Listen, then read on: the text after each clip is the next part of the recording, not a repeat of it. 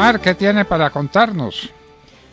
Pues, doctor Fernando, muchos temas. Si quiere, empecemos por lo que dijo la esposa de Alex Chark.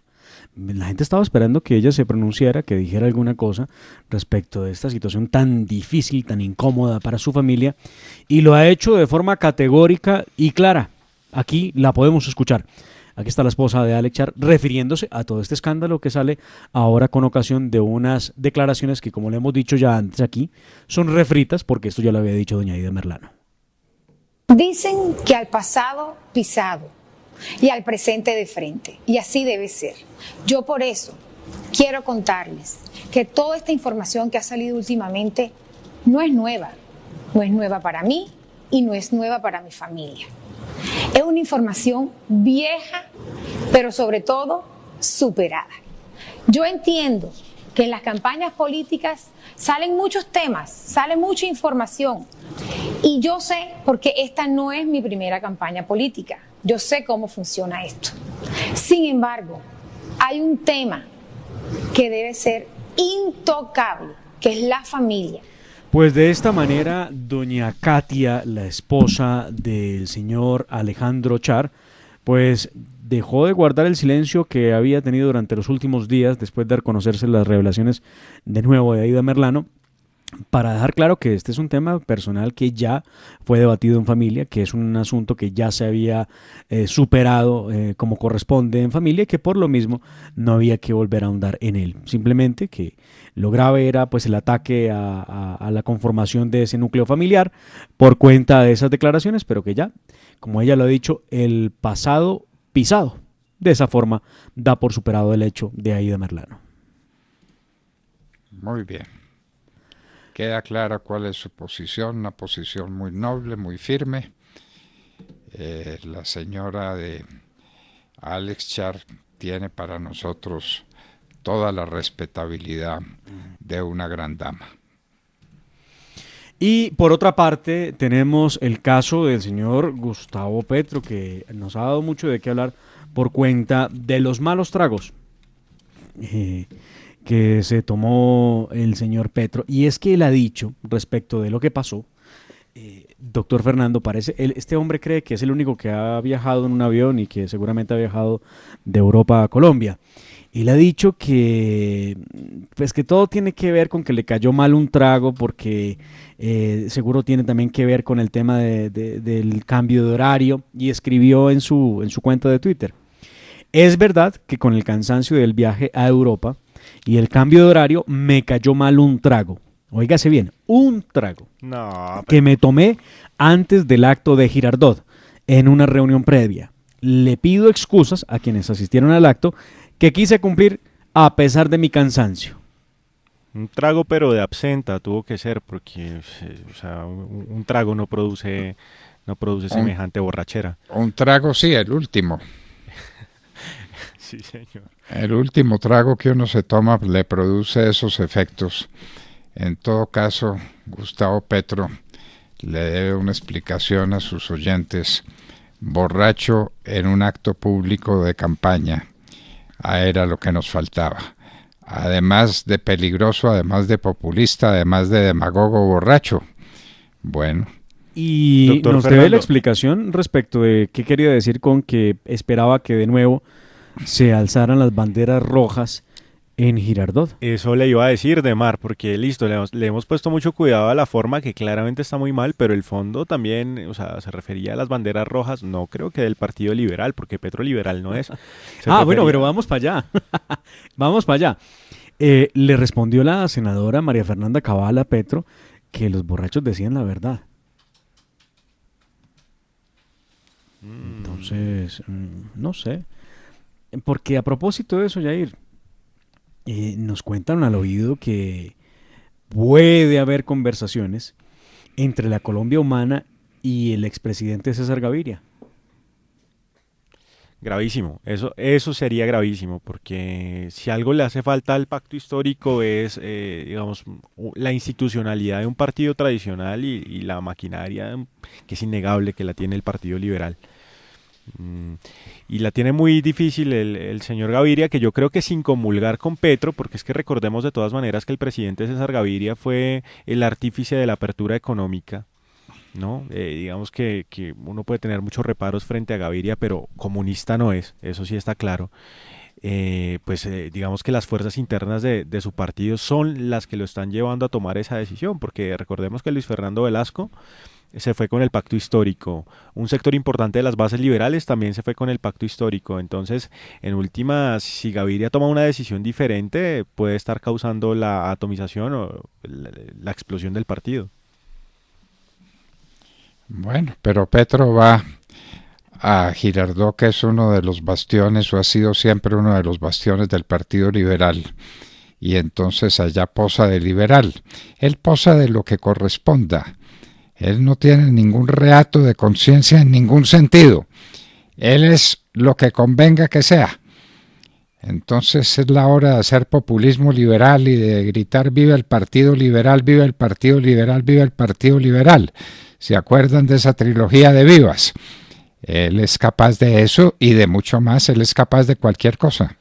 Y la falta de sinceridad con los electores, y yo no sé la gente cómo no reacciona. Es que es un tipo que posa como católico cuando le conviene, como liberal cuando le conviene, como proempresa cuando le conviene, como comunista cuando le conviene. Por ejemplo, cuando fue a España a reunirse con el Partido Comunista, con los podemitas, con el Partido Socialista Español, con los etarras. Esa es la gente con la que se reúne Petro, con esa calaña, con exguerrilleros, con comunistas. Pero después va al Vaticano y se ve con el Papa Francisco, y después va a Girardot, da un discurso borracho donde dice que se alcen las banderas rojas. Yo no tengo tan claro que se refiere al Partido Liberal, probablemente sí, probablemente se refiere al Partido Comunista Colombiano. Entonces, yo no sé, y a la gente cómo no reacciona ante un populista de tamañas proporciones, doctor Fernando. Bueno. Esperamos que Petro no se hubiera acabado el vino de consagrar en la visita papal, ¿no? A propósito de esa visita papal, les quiero contar lo siguiente, que me lo hicieron saber de muy buena fuente. Una entrevista privada con el Papa no se consigue de buenas a primeras. Hay que pasar por el secretario de Estado Vaticano, que es Monseñor Parolini. Pues en este caso no hubo tal. Petro acudió al nuncio apostólico de su santidad en Colombia, que es íntimo amigo del Papa y que fue desterrado del Congo por participar en política. Entonces aquí está en Colombia haciendo política también. Y Gustavo Petro le dijo que sería muy importante para él reunirse con el Papa para apartar los fantasmas y para quitarse de encima el estigma de ser comunista y por lo mismo ateo y por lo mismo contrario a todos los postulados de la religión católica. Y el nuncio tenía que pasar por Monseñor Parolini para buscar su entrevista con el Papa, pues lo que nos indican es que pasó por encima de Monseñor Parolini, no lo tuvo en cuenta, sino que directamente consiguió con el Papa la entrevista con Gustavo Petro. Y el Papa encantado se la concedió. De manera que el Papa Francisco destituye transitoriamente al secretario de Estado, el señor Parolini, con tal de atender a Gustavo Petro en el Vaticano. Buena la tenemos, ¿no? De hecho, estamos hablando de Luis Mariano Montemayor, que es doctor en Derecho Canónico, y es quien habría hecho entonces ese enlace, ¿no?, entre Gustavo Petro y el Papa Francisco. Montemayor, recuerden ustedes, es argentino, ¿no?, igual que el Papa. Además, Montemayor en Colombia ha sido uno de los que más ha insistido en la necesidad de dialogar con los terroristas del ELN. Sí, Montemayor, recuerden ustedes, fue expulsado del Congo por su participación en política y el Papa nos lo trajo para acá y acá lo tenemos y acá tenemos que sufrir a Monseñor Montemayor.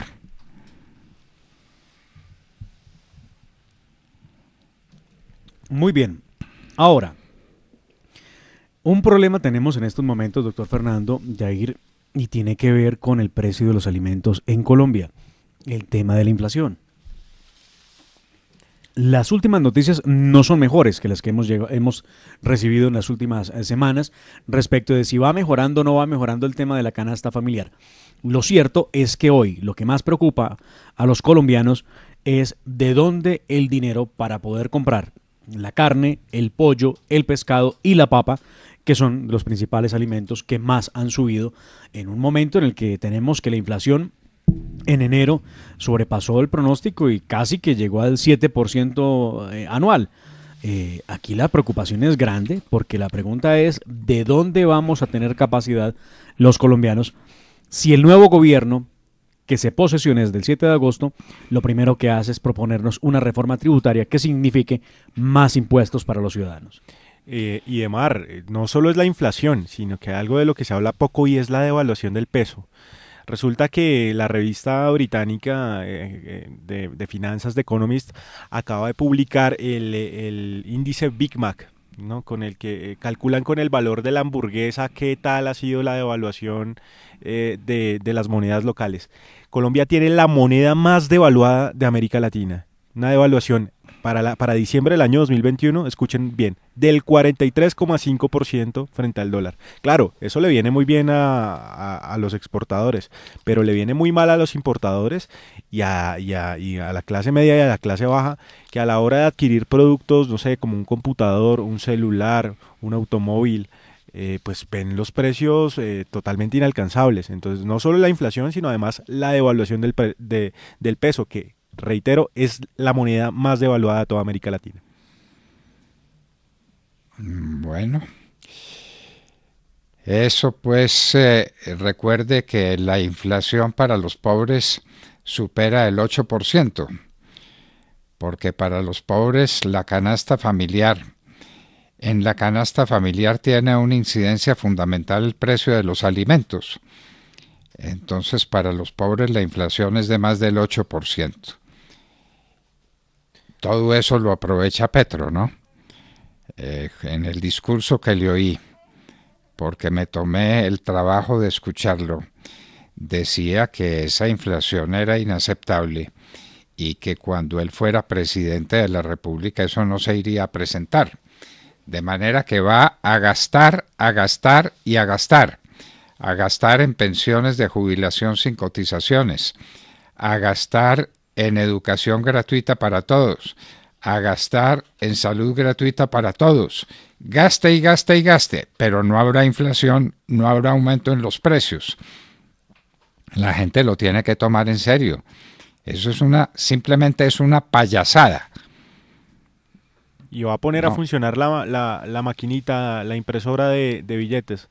Yo no sé cómo alguien puede pasar por una decanatura, por una escuela de economía y no entender que cuando uno pone a funcionar esa maquinita, pues lo que va a generar es más inflación, mucha más inflación de la que ya tenemos y más devaluación, porque es que digamos, bueno, nosotros a veces hablamos de temas económicos y nos hemos dado cuenta que a nuestra audiencia los temas económicos como que no les gusta tanto, les gusta más los temas políticos, pero la economía es sencilla. Cuando un producto o un servicio abunda, no sé, digamos, si hay sobreproducción de papa, pues su precio baja, ¿no? Lo mismo sucede con el dinero. Si hay mucho dinero en circulación, como es lo que sucede con el bolívar en Venezuela, pues esos billetes no tienen ningún valor. Eso es lo que sucedería con esa política económica de impresión de billetes, que es lo que está proponiendo Petro. Si usted pone la máquina a funcionar y a imprimir billetes de 2.000, 5.000, 10.000, 20.000, 50.000, pues esos billetes ya no terminan valiendo absolutamente nada. O sea, lo que usted antes compraba con 50.000 pesos, el día de mañana con 50.000 pesos no va a poder comprar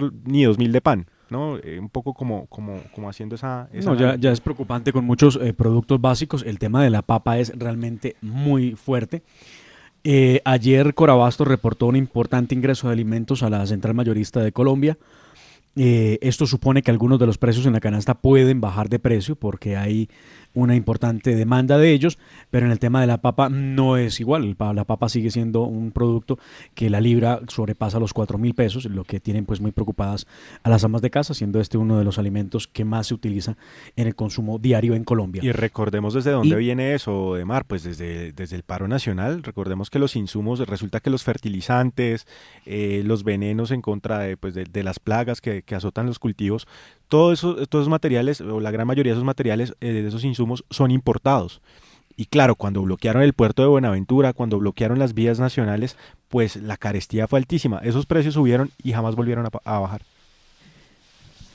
Y lo dijimos en la hora de la verdad repetidamente, ¿no? Sí, señor. Es muy fácil subir los precios de las cosas, eso es muy fácil, es muy sencillo.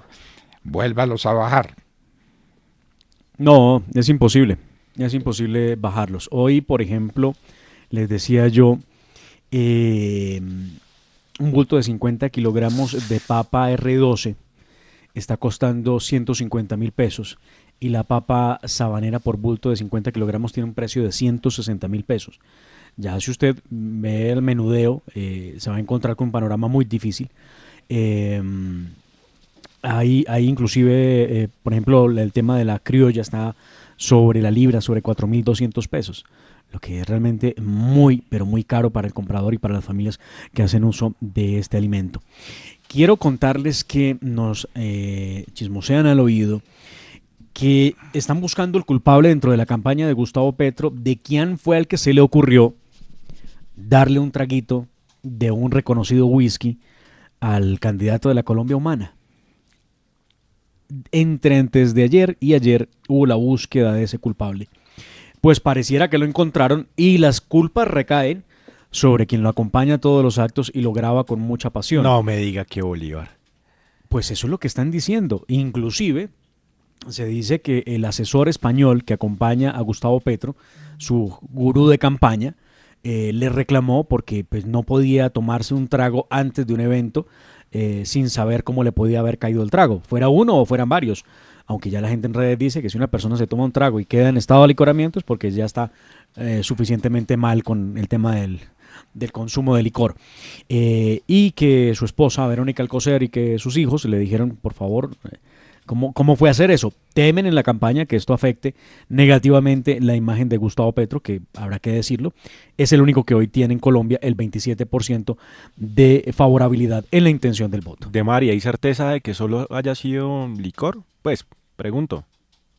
No, hablan de una botella de whisky de una marca muy reconocida, eso es lo que se dice. Pero ¿cuántos tragos se tomó? Porque para que a uno se le note una rasca, pues se debe haber tomado unos cuantos tragos. En fin, a mí eso no me preocupa, a mí me preocupa lo que está pensando hacer, lo que quiere hacer y lo que le dice a la gente que va a hacer. Eso sí me preocupa. Todo gratuito y entonces la gente aplaude y grita Petro, Petro, Petro, qué maravilla, todo gratuito. ¿Y de dónde vienen las cosas gratuitas y cómo se financian las cosas gratuitas? Es lo que Petro no explica cuando está en la mitad de sus discursos. Como lo oí en el discurso de una plaza pública en Boyacá, con Ruana en medio de un sol abrasador. En fin, Petro es así, pero él dice que va a hacer las cosas. ¿Quieren educación gratuita? Voten por Petro. ¿Quieren hospitales gratuitos? Voten por Petro. ¿Quieren pensión de jubilación para todos los viejitos? Voten por Petro. Muy bien. Eso es comida para hoy, hambre para mañana, doctor Fernando, la propuesta de Gustavo Petro. Nuestros oyentes en las redes sociales me preguntan por el tema de la papa. La variedad de papa criolla limpia hoy tiene un precio de 210.000 pesos el bulto de 25 kilogramos. Lo que quiere decir que el consumidor puede llegar con el precio de la mayorista, cada libra en promedio en 4.200 pesos. Por eso mi afirmación del precio de la papa criolla. Segundo, aquí también hay unos oyentes que trabajan en el sector del campo y hay uno de ellos que nos escribe, hombre, espero aquí detectar el mensaje de uno de nuestros oyentes, doctor Fernando, que me parece muy importante leerlo. Él es don Emilio Arévalo. En mi economía sembramos la papita, un bulto de abono valía 80.000 pesos después de un año, o sea, hoy ese mismo bulto de abono cuesta 220.000 pesos, dice don Emilio Arévalo. Oigan ustedes esa variación, ¿no? De 80.000 pesos el abono, el bulto, a 220.000 pesos hoy. Difícil la economía de esa manera. Doctor Fernando, y hay un agravante, doctor Fernando y Demar, y es que, bueno, a veces pasamos por alto que es que el salario mínimo se aumentó a 1.000.000 de pesos. Cuando la gente tiene, en teoría, porque esto es una ilusión, ¿no? Más capacidad adquisitiva, pues está dispuesta a pagar más por los productos. Entonces, ese incremento tan significativo del salario mínimo también va a terminar repercutiendo en una inflación mucho mayor. Que la gente ya entendió.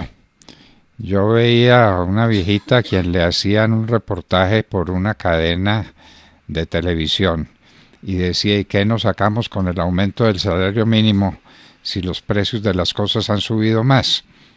Y tiene toda la razón. Entonces el salario mínimo a niveles que no se conocían nunca antes, pero los precios también. Entonces, ¿en qué sale la economía doméstica para cada uno de los contribuyentes?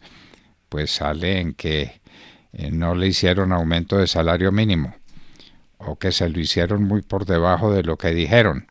Es que el salario mínimo es el más alto en toda la historia.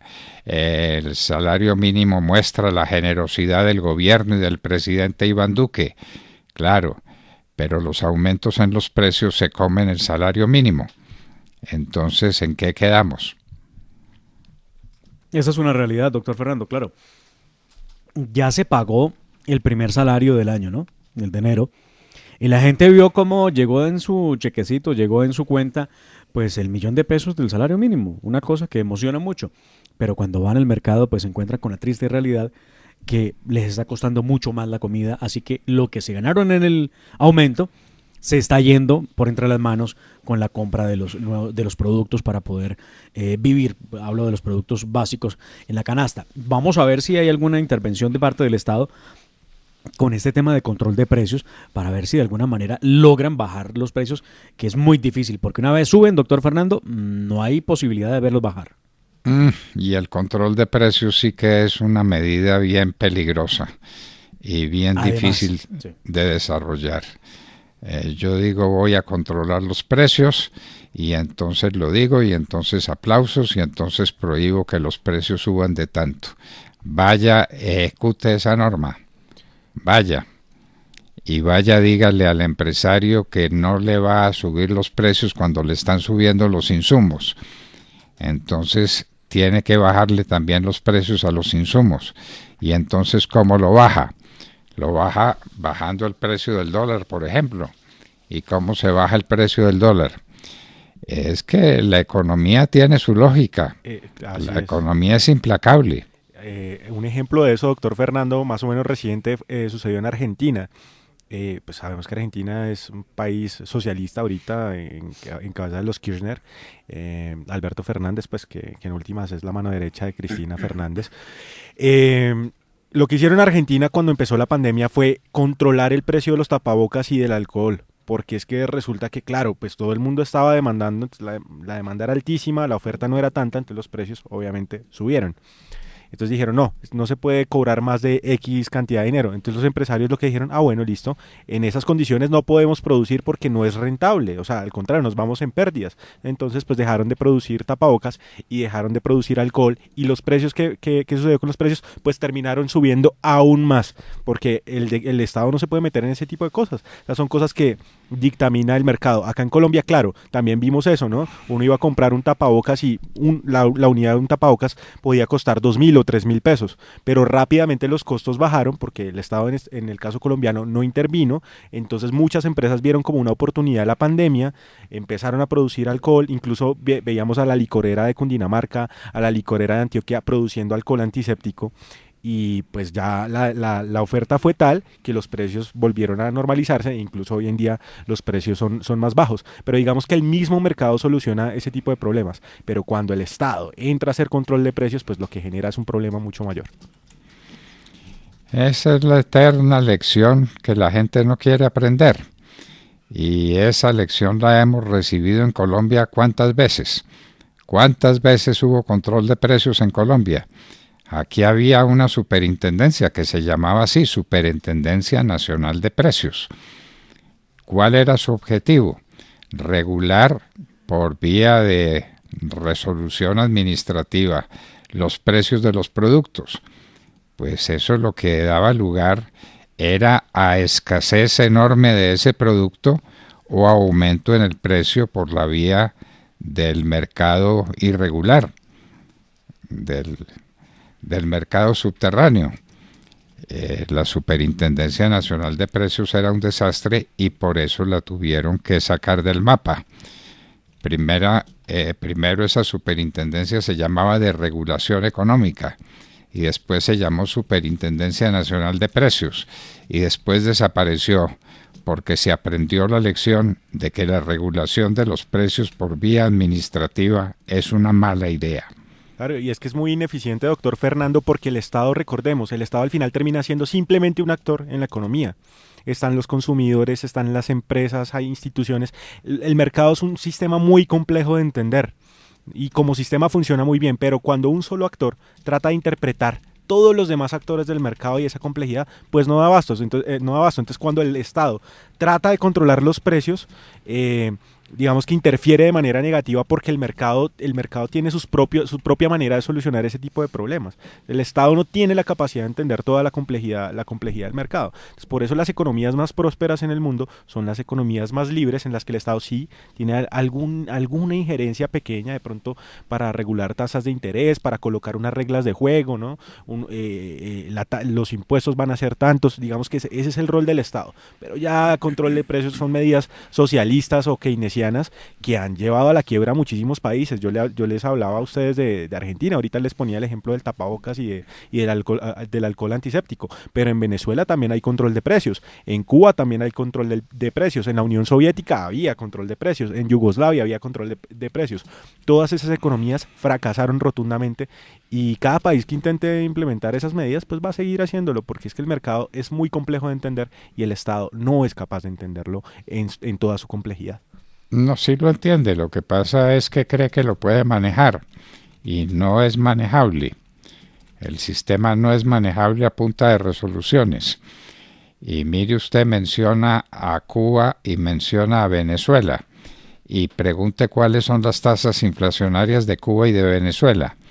600 y 800% al año. 600 y 800% al año. Con sus famosos controles de precios. Tanto que los venezolanos ya han tenido que recurrir a la dolarización, ya la gente no recibe sus pagos en bolívares ni hace sus negocios en bolívares, sino en dólares, que es una moneda muchísimo más estable. Que es una moneda estable, pero entonces vaya, consiga dólares. Y entonces la gente pasa toda clase de dificultades y la gente tiene hambre y por eso la gente se viene para Colombia y se va para Chile y se va para cualquier parte con tal de no quedarse en ese infierno que es un país donde no se pueden comprar las cosas porque no hay con qué comprarlas. Así es, doctor Fernando. Y les tengo un dato para que ustedes analicen. Las FARC ha dicho claramente que ya ellos hicieron todo lo posible por entregar los bienes, que ya esto es cuento del pasado, que de esos 500.000 millones de pesos que dijeron entregarían en bienes para reparar a las víctimas, realmente solo se pudo monetizar y convertir en dinero para las víctimas 44.000 millones de pesos, o sea, el 9%. Pero vean ustedes, mientras las FARC entrega solamente 44.000 millones de pesos, que es el 9% para reparar a las víctimas, y cierra la puerta porque no tienen cómo dar más dinero, porque ellos dicen que son muy pobres. Lo cierto es que los colombianos tenemos que sacar de nuestro bolsillo, si hacemos las cuentas, desde el año 2017 al 2026, del 2017 al 2026, tendremos que haber sacado 232.000 millones de pesos para financiar el partido FARC, que entre otros tiene pues un tanque de pensamiento o un centro de pensamiento, la campaña presidencial, los salarios de los 10 congresistas que tienen las FARC, que hoy se llaman comunes, y pues las campañas a nivel de entidades territoriales. Y medios de comunicación. 232.000 millones de pesos. Además de las emisoras que han venido funcionando, que ya son más de 5 y que hacen parte del acuerdo y que son emisoras al servicio de las FARC, del Partido Comunes, para hablar de paz. Imagínense un escenario hipotético en que nosotros como conservadores o uribistas, gente de derecha, le pidiéramos al Estado que nos financie emisoras a nivel nacional, en FM ojalá, y entonces para promover nuestros ideales. Es que eso no le cabe en la cabeza a nadie, pero las FARC sí, por supuesto, lo van a tener con dinero de los contribuyentes para hacer propaganda comunista a lo largo y ancho del país. Lo van a tener, no, ya los tienen. Ya hay varias emisoras que están al aire. Sí, claro, hay más de 5 emisoras que están funcionando. Pero creo que son 13, Mar, usted me corregirá. Son más de 10 las emisoras que... Sí, claro. Que están acordadas. Pero ya tienen más de 5 al aire. Ya están funcionando, sí, claro. Y eso por cuenta del bolsillo de los colombianos. Usted, compatriota que nos escucha, usted por una vía o por otra, a través del IVA, a través del impuesto de renta, a través de los impuestos que paga, por alguna circunstancia, de alguna manera, está financiando las emisoras de las FARC. Emisoras de las FARC, les paso el dato también. Son 20 las que se estipularon en el Acuerdo de La Habana, 20 emisoras, que debían estar instaladas para el año, o deben estar instaladas para el año 2026. Estas emisoras... hoy en el gobierno de Iván Duque fueron aprobadas 11 de esas 20 emisoras, 11 emisoras. En Algeciras, Huila, Florida Valle, Bojayá, Chocó, Arauquita en Arauca, Puerto Leguízamo en Putumayo y El Tambo en el Cauca. Esas son las emisoras que hoy están, que faltan por entrar a funcionamiento. Están al aire desde el año 2019. La de Chaparral en Tolima, la de Ituango en Antioquia, además de otras 3 emisoras de las que no hay registro donde están funcionando, pero ya el tema es que están funcionando. También está la de San Jacinto en Bolívar, la de Fonseca en La Guajira y la de Convención en Norte de Santander. Ahí están las 5 emisoras que están funcionando en estos momentos. Con la plata suya contribuyente. Emisoras que costaron armar cada una de ellas entre 800 y 1.200 millones de pesos. Por eso, y eso es con la plata del contribuyente. Y ese es el resultado de los famosos acuerdos de paz entre las FARC y el gobierno de Juan Manuel Santos. Tenemos que darles una noticia y una explicación a la vez. Estaba previsto que estuviera con nosotros a esta hora de la mañana el candidato presidencial Oscar Iván Zuluaga. Nos avisó hace poco que tenía que entrar a una conferencia y que no podría acompañarnos. Lo lamentamos muchísimo, pero pues yo me pregunto, es una pura cosa de economía electoral. ¿Cuánta gente estará en esa conferencia? ¿Y cuánta gente lo oiría si estuviera con nosotros al aire? Es una diferencia de unos cuantos, un puñado de personas, con centenares de miles de personas que son las que nos escuchan. Yo no entiendo, francamente no lo entiendo. Pero bueno, esa fue decisión que tomó la campaña de Oscar Iván Zuluaga y por eso no nos ha acompañado en esta mañana. Tengo que plantearles un tema que es también de mucha importancia en los anales de Colombia y que los podríamos dejar para un poco más adelante en sus comentarios. El grupo Gilinski va por más acciones de Nutresa y de Sura. Y hay conversaciones entre los dos grupos, el grupo Gilinski y el grupo empresarial antioqueño que ha sido el propietario de esas acciones y de esas compañías. El grupo Gilinski. Y le tengo una bomba en ese sentido, doctor Fernando.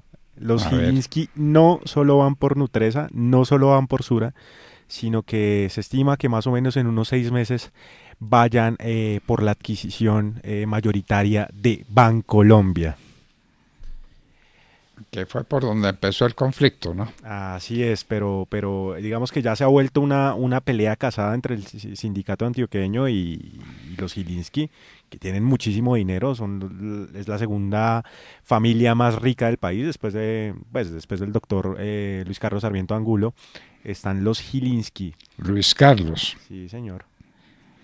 No Ricardo, sino Luis Carlos. Luis Carlos Sarmiento Angulo. Sí, señor. Entonces los Gilinski van por Bancolombia, la joya de la corona del sindicato antioqueño. Muy bien. Bueno, queridos amigos, y eran noticias y asuntos que tratábamos con ustedes al oído.